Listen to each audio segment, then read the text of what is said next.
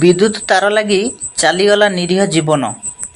ଖୋର୍ଦ୍ଧା ଜିଲ୍ଲା ବାଲିପାଟଣା ବ୍ଲକ ଅନ୍ତର୍ଗତ ସୁମୁଦି ଗ୍ରାମରେ ଏକ ଅଭାବନୀୟ ଘଟଣା ଦେଖିବାକୁ ମିଳିଛି। ବିଦ୍ୟୁତ୍ ତାର ଲାଗି ଚାଲିଗଲା ନିରୀହ ଯୁବକର ଜୀବନ। ଯୁବକ ଜଣକ ହେଉଛନ୍ତି ସୁଭଦ୍ରା ଭୋଇଙ୍କ ସ୍ୱାମୀ ସୁରେଶ ବେହେରା ଓରଫ ବୁଲୁ। ବୟସ ତାଙ୍କର 30 ବର୍ଷ। ସୂଚନା ମୁତାବକ ସୁରେଶ ଗତକାଲି ରାତିରୁ ଆଉ ଘରକୁ ଫେରି ନାହାନ୍ତି। ସ୍ତ୍ରୀ ତାଙ୍କର ସକାଳୁ ଉଠି ଘର ପାଖ ବାରିପଟେ ଦେଖନ୍ତି ବିଦ୍ୟୁତ୍ ତାର ଲାଗି ସ୍ୱାମୀ ମୃତ୍ୟୁବରଣ କରିଛନ୍ତି। ଘଟଣାସ୍ଥଳରେ ବାଲିପାଟଣା ପୋଲିସ ପହଞ୍ଚି ଶବ ବ୍ୟବଚ୍ଛେଦ ପାଇଁ ପଠାଇଛି। ଦୁଃଖ ଆଉ ପରିତାପର ବିଷୟ, ତାଙ୍କର 2ଟି ଛୋଟିଆ ପିଲା ଆଉ ତାଙ୍କ ସ୍ତ୍ରୀ ସୁରେଶଙ୍କ ରୋଜଗାର ଉପରେ ନିର୍ଭର କରି ଚଳନ୍ତି। ଦିନ ମଜୁରିଆ ଭାବେ ନଡ଼ିଆ ଗଛ ଝାଡ଼ିବା, ପଇଡ଼ କାଟିବା କାମ କରନ୍ତି ସୁରେଶ।